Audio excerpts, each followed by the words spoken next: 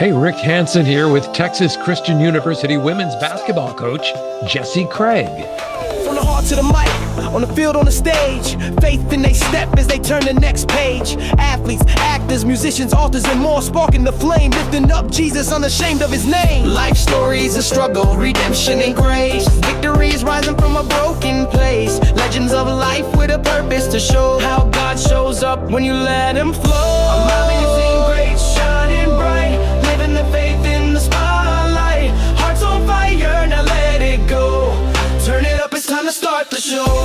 Well, this is a great day because we have another of our special guests on Amazing Grace. Welcome to our audience to this podcast where we celebrate stories of faith and inspiration from athletes, actors, authors, musicians, and more. One of our past guests was a man who made a huge impact on the world in the world of basketball, Fred Kroll, and we've had the opportunity to talk to a few of his success stories. Fred is passed, but his legend lives on, and so we get a chance today to invite you to this conversation with a powerful coaching giant. Can we say that? No. No. No. I'm not going to the Giants. This is going to be the story of not only her coaching career, but her personal career. She is one of the coaching staff at Texas Christian University, a women's basketball team that has set all kinds of records just in this last year. An amazing season that you've had this last year.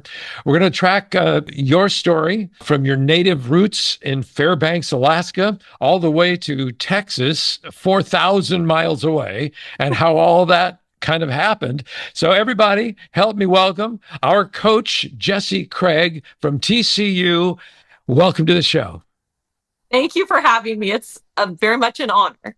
All righty, good deal. So let's get started. So I want to talk about TCU and the incredible season that you've had this last year.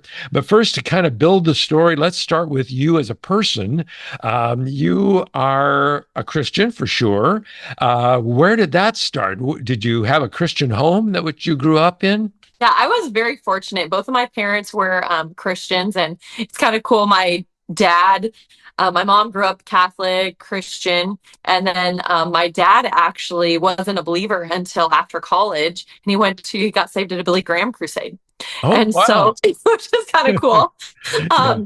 So growing up, yeah, I was raised in the church from a young age, and definitely nurtured up in that, but nurtured along to have my own faith and not just have my parents' faith. Is there a pivotal moment that it was like that you found your own personal relationship with Jesus and you found your way to be a follower in your own way? Was there a certain time or place? Honestly, I remember at a really young age, like my parents didn't force us into like accepting Jesus. I just remember like being probably around the age of 6 or 7 and seeing my parents' faith and wanting that relationship with Jesus. And so, I would say from then on, it's just, I mean, obviously your faith and everything else, your walk has valleys and and mountaintops and so all along, but I would say kind of from then on, it was a relationship that was my relationship. And obviously, we were required to go to church and we were required to do all of those things, and encouraged, even as adults, encouraged to seek the Lord. But I think just even from that young age, it was something that really was a desire of my heart, was to follow in like after Jesus. Yeah. So that's always an intriguing question for me because some people, it's like they spin on a dime. I mean, it changes one day to the next or one moment to the next. And others are kind of grown and mature along the way and grow in their relationship. And that's kind of me too. That's where I was at. Yeah. It wasn't like just one night it all happened. It was right. So let's as a young basketball player, you started in high school, right? Played basketball in high school? Yeah, so I kind of have a unique story playing with my basketball career as well, in that my parents homeschooled us. Oh, And so when I grew up originally in Idaho until about eighth grade, and there you could play on the school teams. And so my sisters and I played on the school teams, and we played as a family, out in the park at the one room schoolhouse down the street, after Sunday really? after church, we would go play as a family. And then moving to Alaska, they had rules that if you're homeschooled, you couldn't play on the high school teams, you couldn't play on the school teams. Really? And so, it was a little tricky. I mean, I have two sisters, and we played on church league, and we played pickup at the gym all the time. And we generally played with guys all the time because that's generally who plays pickup games. And so we did that, and we played AAU. And then my AAU coach was also the coach of one of the high schools. So he brought me on as a senior to be his assistant coach so that I could Okay. practice with his team. But then they ended up not having a JV assistant coach. So the JV assistant coach talked him into letting me be her assistant coach. So I ended up not practicing with the varsity, and I started my coaching career. And so my senior year of high school, I was the JV assistant coach. Really? Yeah, Wow. so Maybe the kind of a youngest unique. coaching career ever. Yeah, right. So kind of unique. And then I ended up going to school outside of Alaska. I got recruited by some small schools, but academics were really big for my family. And so the schools I got recruited to didn't really have the degree I wanted. So I played Purdue. I went to Purdue and played rugby actually for a couple of years, just on Oh, their really? club team, and then Okay. transferred back to Alaska and ended up walking on the team there. And I played for UAF, and so ended up walking on to the team at UAF, and then earned a scholarship my next year. Okay. All right. And so it was there that you ran into this gentleman named Fred Kroll. Is that correct? No, so this is kind of fun because so I coached there. I mean, I played there, but I ended up tearing my ACL. I broke my foot sophomore year, tore my ACL my next 2 years.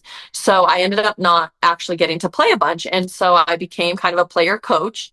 They would travel me because we had a lot of injuries, so they'd travel me some as a second set of eyes on the road. And I really got to know well. I got to know some people that were in the community that have been there for a long time. Milo Griffin, and he was the boys coach at one of the high schools in town. And so I couldn't play anymore. It was my senior year. I couldn't play anymore. I had torn my ACL. I was done with, like, the doctor told me no more basketball playing if you want to walk by the time you're 30. So that was a tough time in my life where definitely my relationship with the Lord got stronger because I had Uh, to rely really heavily on him of like, okay, God, you put this desire into my heart. But now what do I do? Like, it's taken away. And so he opened up this door to go be a assistant boys varsity basketball coach. And Milo Griffin happened to be the star player that played for Fred Kroll at UAF. this is And so getting so complicated. I know we need a flow chart. So Fred Kroll was was the coach at University of Alaska Fairbanks, the first coach where they had scholarship money. Okay. And Milo Griffin was another really cool story. Now he's a giant. Both of those men are giants. But he was in the military, and they saw him, brought him over, and he played and set all kinds of records. He still holds a scoring record at UAF. But he played for Fred, Okay. and All right. they would go at it one-on-one because I think they were about Milo might have been a little older than Fred because Fred was really young. He was the youngest Division II. I think he might have been college head coach at the time. He was really Yeah. young. Yeah. So I remember that as a part of his story. And so yeah, super cool.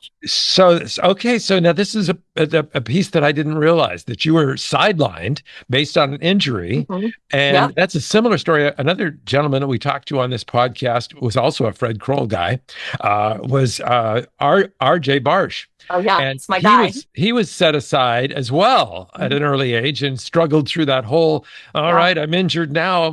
What do I do? Basketball's my Right. life, right? Mhm. So can you give me any specifics of the kinds of prayers? How did you approach this with your Savior and Lord who Yeah. now has put you on the sidelines? It was interesting because it was 3 years in a row. And it was like I would get better and I would do all the things. I was like the kid that was like, I'm going to outwork you. Like if you tell me what I need to do and I'm going to do it to the T, to the max. And then, which is almost more frustrating because then when it doesn't come to fruition, you're like, well, I literally did everything I was supposed to. And so it's funny how sometimes God uses even non-believers to speak into your life. And I remember my coach at the time, when I broke my foot my sophomore year, he told me, well, Jess, you're in a bad situation. You're in the bad situation no matter what. You can either make it worse with your attitude or you can make it better with your attitude. And that's something that's like stuck with me kind of forever. And especially through all of those injuries, because it was like, okay, God, what, like, you tell us in your word that you'll give us the desires of our heart. So if this desire to play and compete, if you're going to take that away, take the desire to play away. Okay. And that kind of became my prayer of like, okay, God. And of course, you have those rough days where you're like, oh gosh, like this is really tough. Like, I don't understand. But Romans 12:12 kind of stuck with me, and that became kind of my mantra of like joyful in hope, patient in affliction, faithful in prayer. Like hope that Jeremiah 29:11 is true, that God has a plan for me and it's to prosper me and not to harm me. And patient in affliction, I'm not a very patient person. I'm like, I'm going to work hard. I'm going to work really hard for it, but being patient in the process and then just praying continually, like joyful in hope, patient in affliction, faithful in prayer, that like God's gotten me through other things. It's kind of, have you ever heard of raising your Ebenezer? Oh, no. Okay. Tell me that. So basically, when Israel was of coming out of the desert, and God said, okay, I want you to build a tower of rocks. So when you look back, you can remember that God brought you out of like all of the things he did for you. And so it was just really of that, like raising my Ebenezer, where it's like I look back and I see, okay, God's been faithful of, okay, I was homeschooled and I got a scholarship to play college basketball when people said I never would. He was faithful there. I trusted him in that. Broke my foot. God was faithful in that. Like all of these things in my life, I could look back and say, God has done all these things. So it's like just really teaching me to raise my Ebenezer and really trust in him, that maybe like I had this idea of what my plan for me was. And God was like, that's cute. It's not going to happen. Like, this is actually what I'm going to do. And yes, you had these pivotal, life-changing things, but I turned beauty from ashes, and it's going to be a blessing in disguise. And because of X, Y, and Z, now I started as a volunteer assistant coach for him. And instead I ended up being his like second in command. And I was running half of his practices, which I used to think he was just busy, but really looking back, I'm like, I think he wanted me to get experience running practices. So for 4 years, it's like I got experience doing that because I was injured. But if I hadn't been injured, I wouldn't have got, like, that door wouldn't have been opened for me. Yeah. And so it's like through that. And then, it's funny because God is faithful and he keeps his promises. And so the desire to play, like it used to be hard for me to go into a gym when people are playing and watch. I couldn't watch. Oh, I bet. Yeah. It was rough. And it's funny because like that desire, and I was like a gym rat, like I'm hooping. Oh, there's people in at noon. I'm hooping with the old guys at noon ball. Oh, there's people after school. I'm hooping with the dropouts. Like I'm hooping. Like if there's a run going, I am getting in there somehow. And it's kind of like God just changed that, and where that desire wasn't there anymore. Seriously, how and amazing. I love basketball and I love coaching basketball, but I can sit and watch him play, but there's not that like deep down, like really longing to go play anymore. So it's just like the faithfulness of God of like, I'm not gonna, I took that away, but I'll take the desire away too. Yeah. And I don't know where it's in the Bible, but the phrase, what the enemy meant for evil, God turned into a blessing. So exactly. That's part of that story too. That's great. So all the stuff is new for me because I did some research on you, and I'm like, I've got these list of questions, and this has taken me in a whole different direction, which is wonderful. Sorry, I'm throwing you off. So, and you were in Fairbanks as a coach for a long time. How many years? Yep. So I coached boys high school for 4 years, and then my last year as an assistant, I coached both. I was a head coach for girls across town and the assistant boys varsity coach. So in total, 7 years in high school, and then I coached in college for 5 years And at Division II at University of Alaska Fairbanks. And how did the TCU opportunity present itself? When I coached high school, I coached a young lady named Ruthie Hebert, who was one of the best players to ever come out of Alaska. And she was heavily recruited by pretty much everybody under the sun. But she ultimately ended up going to Oregon. And so Mark Campbell, who's the head coach at TCU now, was the coach that predominantly was her point of contact at Oregon. And so I got to know him really well over those years, and he kind of became a mentor to me and somebody that I would call about different things throughout my coaching career. And so that is the connection there. Okay. All right.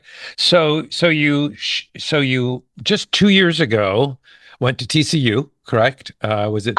So then I'm just starting my third year. Third year, yeah. You've had two seasons there. First season was a little questionable. I mean, it wasn't great. I think I saw 1-17 or something like that. No. That was before we got here. Oh, okay. All right. Okay. Yeah. So then Mark we did have tryouts, open tryouts our first year. Oh, okay. We had a lot of injuries, and so we had open tryouts. Oh, and man. Picked up random kids off from school. We joked that they were in class with Uggs and a coffee yesterday, and then playing on the basketball team with some hoop shorts today. Wow. But then the next year was this amazing year. It's the Cinderella year, which was just this last season, which is an amazing season. Some of the stats I've found that it's a lot of firsts, including winning the first Big 12 regular season and tournament championships. Your team earned its highest ever NCAA tournament seed at number 2 and made it to the Sweet 16 for the first time. This is all in the same year. The 2025 season is described as the Cinderella year due to the team's dramatic turnaround. And this is where it says from a 1-17 record, becoming one of the nation's top teams, which is where you're at today. Correct? How did you get there? I mean, first of all, your head coach must be phenomenal. He's also a Christian gentleman, as I understand it. Correct. And so tell me a little bit about him, and then how the leadership, the Christ kind of leadership, led you to kind of this really dramatic kind of turnaround. Well, I think even at Oregon, when he was at Oregon, and what drew Ruthie to go there, and what drew me to have that our connection was that he really genuinely cares about people. And so he's not just recruiting basketball players, he's recruiting character. And I think that that is really huge, in any program, but especially in girls. Yeah. Girls, we have to like each other to play well together. And so if you recruit character people, then it's a lot easier to get that continuity and that great team culture there, and to get that piece right. And then obviously they're great basketball players as well, but if you miss on the culture part and the person part and the character part, it's really hard to get the other part down. And so I think that that's something that Coach Campbell's really great at. He is really good at recruiting kids that have great character. And then he's also a phenomenal basketball coach. So you put those two together, and great success, great recipe for success. And, everybody who he brings on staff, he's not only bringing good charactered kids on staff, but on the team, but also making sure his staff has good character people as well. TCU is a Christian university, but there's lots of non-believers that go to school there, and lots of non-believers who play in athletes.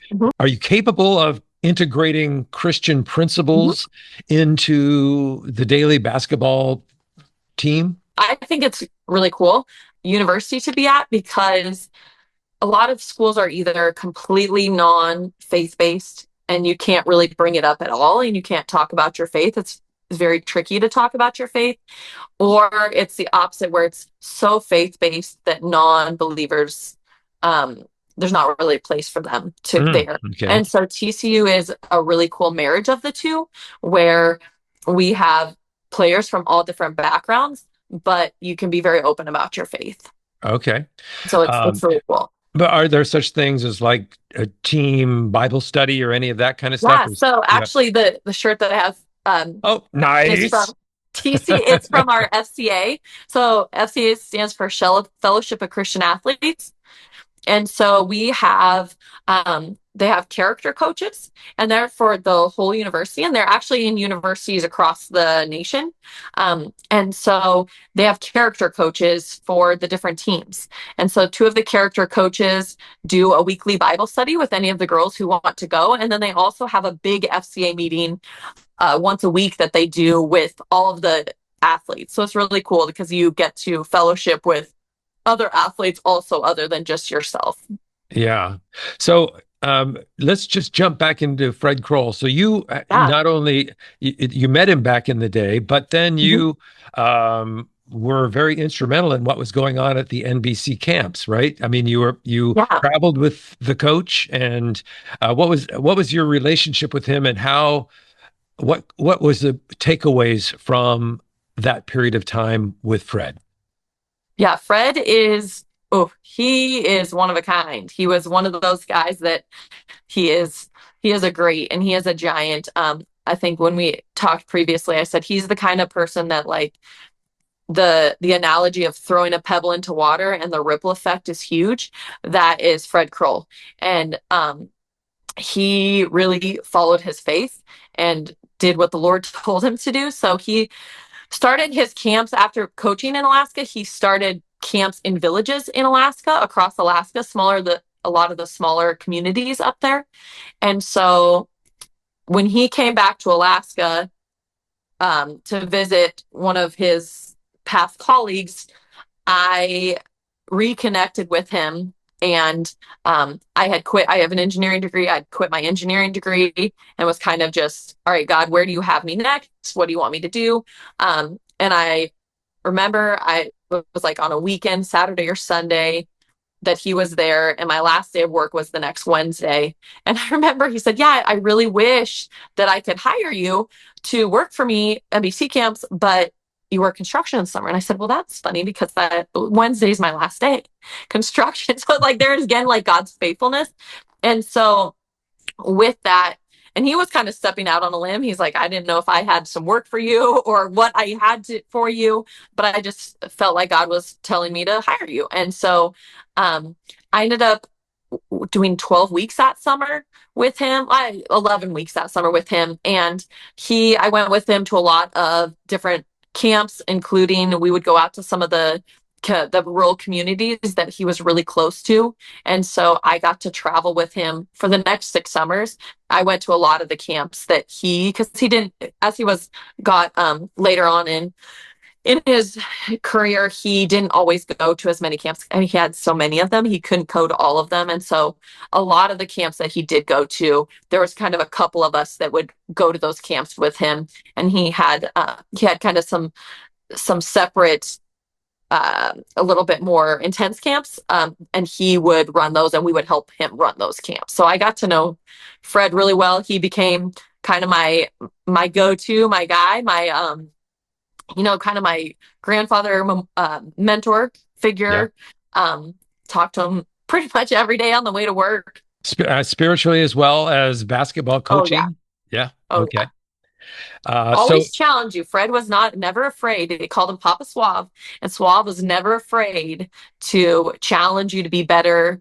Whether I was, call him up and be like, Fred, my team isn't doing this. I don't know how to get them. And he would always flip it. Okay, Jesse, well, what do you need to do? Get better. He would always call you up. uh, And that was same thing with your faith. Like if you like what's your faith looking like? Every aspect of my life, he called me up instead of just allowing. He never allowed you to stay here. He called you up in everything you did. And he had some phrases that he threw out at camps and it kind of Yeah. became notable for. Was there a favorite one of yours? Um, well, one that they actually gave at his memorial service, they gave us a little stone. It's RPE, Relentless Pursuit of Excellence. Oh, And wow. that's what he always, don't ever settle. So that was a good one. Where are you right here, right now? I've done in a lot of those camps that I did. We would speak a lot to to kids about mental health stuff and how to move on, how to have confidence, how not to um, have low self-esteem in games or in life. And so it was like, where are you? You're right here, right now. Because if you live in the past, if you think about the past, you're going to be depressed. If you live in the future, you're going to have anxiety and worry. So you got to be right here, right now. And that was a good one. What are you? You're a miracle. Why? Because God made you. So many, so many, so Yeah. many. Yeah, So yeah. So that he was an incredible guy, and I was so yes, fortunate to have an opportunity to chat with him. And I that's didn't know really cool. anything about him until that time we were on Zoom together, and I learned so much from him just in that short 40-minute segment. So it was amazing. So what is your biggest takeaway from your time in coaching? What's I guess the question is where do you see God in the day-to-day life of being a coach at an important college program like you're with? I think that a lot of times we think about mission fields as across the ocean or whatever, and I think that for me, I just have really been like, okay, I never thought I would live in Texas. I'm a mountain girl. I'm a It's small town mountain girl. kind of like being in a different country. Yeah, it's flat, and I live in DFW. Fort Worth is the 12th largest city, and Dallas is like number 5. Like, Yeah, yeah. there's some people here. And so, but it's cool because I think that for me, it's like everything in life, I can see where God has opened doors. I never have a booming voice down, but he just opens the door and gives me a peace about it and kind of pushes me through the door there. And so it's just knowing that like God has me here for a purpose and using trying to be a conduit for him and a servant heart every day. We come into contact with so many people, and you have young women who are um, really at a really high level, but they're also just getting ready to be out as the adults. And everything in between. Have you found that there have been like some seekers on the team along the way that have actually become believers because of their experience with Um, you or the team? Sometimes I think in my life I have had more people that I've planted seeds and not necessarily been the harvester, but then I see it down the line 5, 10 years. And that's even when I was a player where I just like invite them to church randomly. I definitely have some kids where they'll ask me, they know I go to church and they know that I am a believer and ask me, about some churches and didn't go the entire time they were here. But now I see them as they're adults now. I'm like, oh, she started to go to church. Or, oh, this person is like, she's in ministry in church and she literally never accepted one invitation, but came back years later and said, oh, it's because you invited me to church all those times. Yeah. Even though I never went then, it planted a seed. And I think what our job is sharing our testimony, model Mhm. our testimony, and plant the seed, and then God takes over from there. I mean, Exactly. he's the one that does the conversions. So Exactly. yeah, so that's Exactly. great. So I got the lightning round here as we kind of come to an end to our few Yeah. minutes together. So you've already answered my first lightning round question, and that is your favorite Bible verse, which Yep. you've already explained. Is there a favorite worship song that lifts you up during tough seasons? Oof, man. I kind of go through cycles of Okay. songs. Um, So there is John Reddick. Pretty much anything by John Reddick has been on repeat for the last, I Okay, don't know, good. couple Yeah, months. So you have to look him up. Um, but I don't have like one song that I'm like that's it. I always totally listen get to that. because And I like a lot of music. So yeah, it's yeah, changing. absolutely. I'm rotating. All right. Your most inspiring Christian athlete or coach who you look up to. Maybe you've already answered this too. It's probably a did. Fred Kroll. He has shaped me in a lot of ways. All right. One thing you're currently learning from God. Is there something right now that you're going through? Um, I think we're doing a series at my church right now on being intentional living. And I think that for me in our profession, it's a very active profession, if you can imagine, as you can imagine, very time consuming. And so it's very easy to just get swept along. And so just like when you go to the gym, you're intentional about your workout, or it's not a good workout. It's just being intentional about my time with the Lord and making sure that I am not just getting swept along and just like, but being very, very intentional and choosing to dig deeper and to be intentional with interactions that I have with people during the day and let the Lord lead me in things. So that's the big lesson Uh, I'm learning right I now. love that. That's great. Thank you so much for sharing that. Then I'm wondering if you have any advice for young Christian women who are choosing sports as their dream, as what Yeah. they are wanting to do. What would you say to somebody like that? I think the first thing on basketball is just trust the process and just keep chipping away at your craft and keep perfecting that and be patient, but also remember that God does have a plan for you and to keep that open. You want to be the best you can be, but don't let that become an idol and end up putting that above your faith with the Lord because that's really easy to do. Because you're told to be great and you're told to do all these things, but at the end of the day, we're called to be the best for the Lord, not be the best for ourselves or the stats or the fans or our coach even. And so really learn how to be in the word so that you can walk that line. All right. Well, you have your first game is not too far down the line, is it? Is it Yeah, in we have November? yep, first week in November. Yeah. And so where is TCU looking for this coming season? Did you have a lot of people graduate and you're starting rebuilding, or are you going to be a powerhouse like you were last year? The plan is to have another great year. The plan is to have another great year. We graduated a lot of great kids, had some players that are still here from last year that didn't graduate. And then we got a lot of really great transfers. So the AP poll just came out. We're number 17 in the AP poll. Really? Perfect. So that was the highest preseason AP poll in school history. So that was exciting. So Yeah. honestly, though, we got to stay humble and hungry, and it can say whatever it wants, but we rents due every day, you know. So we got to face each game and go forward with that.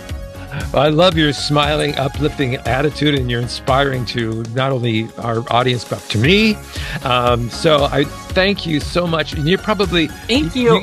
You came right home from practice tonight and We jumped had on practice Zoom. this morning, but I'm also the director of ops. So I'm making sure all of our logistics are good to go for the school year. Okay, yeah. So I appreciate you jumping on and before dinner, Yeah, definitely. visiting Of with course. us on Amazing Greats. It's been really nice to meet you and to have you on. So thank you so much. You're welcome. Thank you so much for having me. This has been awesome and a really cool podcast that you're doing. Coach Jessie Craig's story reminds us that God's work is in every season, from Alaska to the Big 12, shaping leaders who serve with heart and with faith. Thanks for listening to Amazing Greats, celebrating the stories behind amazing faith. See you next time.